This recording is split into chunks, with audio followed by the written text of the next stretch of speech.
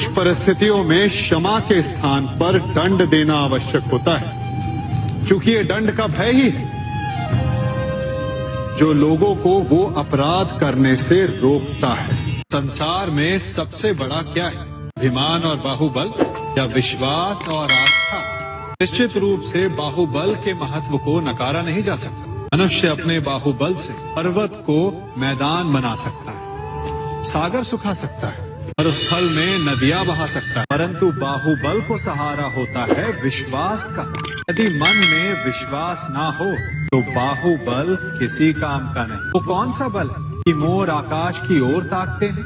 वो विश्वास ही तो है जिसके कारण वर्षा होती है और दोनों की प्यास बुझती है। परंतु जब आपके बाहुबल का सामना धर्म के विश्वास से होता है तो बाहुबल हार जाता है और जीतता है विश्वास। विजय होती है आस्था की। यदि आप सत्य के मार्ग पर चल रहे हैं और आप अपने इष्ट में आस्था रखते हैं तो किसी भी पापी का बल आपका कुछ नहीं बिगाड़ सकता। अभी सोचा है हमारा जीवन भी इस रेत की घड़ी की भांति है। जो रेत नीचे गिर चुकी है वो हमारा अतीत, जो अब भी ऊपर है वो हमारा आने वाला भविष्य है, और वर्तमान ये संकुचित स्थल है जहाँ से धीरे धीरे करके रेत गिर रही है। अर्थात हमारे पास जीने के लिए यही एक क्षण है। उसका उपयोग कैसे करना है ये हम पर निर्भर करता है। जो बीत गया उसका दुख मनाना है या जो भविष्य में होने वाला है उसकी प्रतीक्षा में क्रोध करना है। सब कुछ करने के लिए यही एक क्षण है। प्रसन्न रहना है तो उसके लिए भी यही एक पल है। प्रतीक्षा करते रहोगे तो ये पल भी भूतकाल में बदल जाएगा। इसलिए आनंद के लिए, परोपकार के लिए प्रतीक्षा ना कीजिए।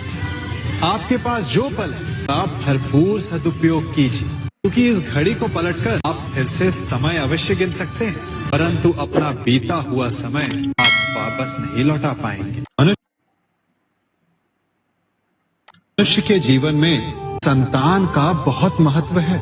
संतान के लिए वो कितने कष्ट सहता है, उसे पालता है, पोसता है, और यदि यही संतान संताप का कारण बन जाए तो क्या ये उसका दोष है?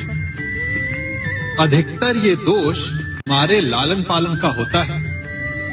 बचपन में बालक के हठ को मानकर हमें आनंद की अनुभूति अवश्य होती है, परंतु धीरे धीरे अपने बालक के हठ को मानकर उसके हठ के दास हो जाते हैं।